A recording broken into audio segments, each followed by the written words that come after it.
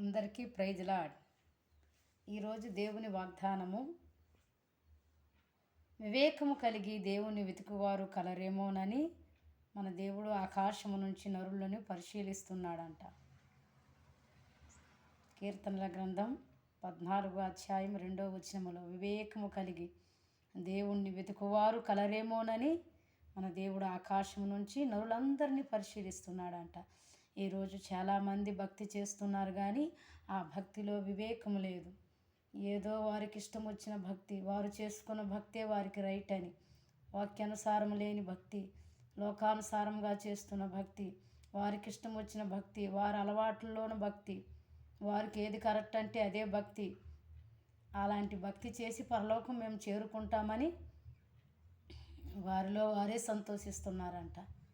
కానీ దేవుడు ఏమని చెప్తున్నాడంటే, వివేకము, నీ భక్తిలో వివేకం ఉండాలి, నా ఆజ్ఞలు గైకొనాలి, నా మాటను వినాలి, నా కట్టడలను అనుసరించాలి అని చెప్పి దేవుడు చెప్తున్నాడు. ఎగ్జాంపుల్కి, ఒక వ్యక్తి ట్రైన్కి వెళ్ళాలనుకుంటే ఆ ట్రైన్ ఏ టైంకి వస్తుందో ఆ టైంను కనుక్కొని కరెక్ట్గా అక్కడ వెయిట్ చేస్తున్న వ్యక్తి ఆ టయానికి ఆ ట్రైన్ వస్తుంది, ఆయన ఎక్కుతాడు, గమ్యాన్ని చేరుకుంటాడు. మరో వ్యక్తి ఆ ట్రైన్ టైం నాకు తెలుసు, అది ఎప్పుడు వస్తుందో నాకు తెలుసు అని చెప్పి నిర్లక్ష్యంగా ఉండి అది వచ్చే సమయానికి ఆయన లేకుండా ఆ తర్వాత దాన్ని నేను చేరుకుంటానని ఎంతగానో ట్రైన్ వెనుక పరిగెత్తాడట. అయితే ట్రైన్తో పరిగెట్టగలరా? ట్రైన్ని కలుసుకోగలరా? ట్రైన్కి ఎక్కగలరా? చాలామంది కూడా బుద్ధి లేని భక్తి చేస్తూ, అలాగే మేము ఏదో ప్రయాసపడిపోతున్నాం, ఎక్కడికో వెళ్ళిపోతున్నాం, దేవుణ్ణి ఏదో ఉద్ధరిస్తున్నాం, సువార్త చేసేస్తున్నాం, మందిరాలు కట్టేస్తున్నాం, కానుకలు ఇచ్చేస్తున్నాం, ఏదేదో చెప్పేస్తున్నారు. కానీ ఆయనకి ఇష్టమైన భక్తి, వాక్యానుసారమైన భక్తి, వివేకంతో కూడిన భక్తి చేయలేకుండా ఎందరో ఉన్నారు. భక్తులారా, ఈరోజు ఈ వాక్యం మీ కొరకి. మీరు చేస్తున్న భక్తిలో శక్తి ఉండాలి.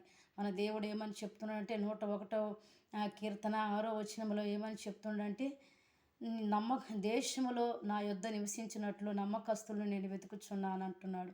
నిర్దోష మార్గంలో నడుచుకున్న వారు నాకు పరిచారకులవుదురు అంటున్నాడు. అంటే నిర్దోష మార్గంలో నేను నడుచుకుంటే ఆయన నీకు పరిచారకుడుగా చేయాలనుకుంటున్నాడు. దేశంలో ఎక్కడ నమ్మకస్తులు ఉన్నారని ఆయన వెతుకుతున్నారు. నమ్మకస్తుల గుంపులో మనం ఉండాలి, ఆయన వెతుకుతునే గుంపులో మనం ఉండాలి. అలాగే సామెతల గ్రంథం 15వ అధ్యాయం 8వ వచనములో, యథార్థవంతుల ప్రార్థన నాకు ఆనందకరము, నీతిమంతుల ప్రార్థన నేను అంగీకరిస్తానని చెప్తున్నాడు. యథార్థముగా నువ్వు ఉంటే నీ ప్రార్థన ఆయనకు ఆనందం కలిగిస్తుంది. ఆయన ఆజ్ఞలు నువ్వు గైకుంటే, ఆయన కట్టడలు నువ్వు అనుసరిస్తే ఆయన నువ్వు సంతోషపరచగలుగుతావు. అదే వివేకమైన భక్తి, అదే జ్ఞానంతో కూడిన భక్తి. అటువంటి భక్తి మనందరము కూడా యేసునామములో చేయుదుముగాక. ఈరోజు దేవుడు వివేకము కలిగి భక్తి చేసేవారిని వెతుకుతుండగా ఆ గుంపులో నేను, నా కుటుంబము, ఈ వాక్యం విన్న ప్రతి ఒక్కరు కూడా యేసునామములో ఉందురుగాక.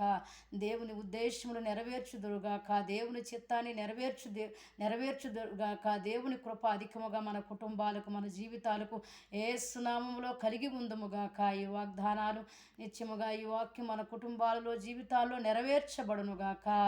ఆమేన్.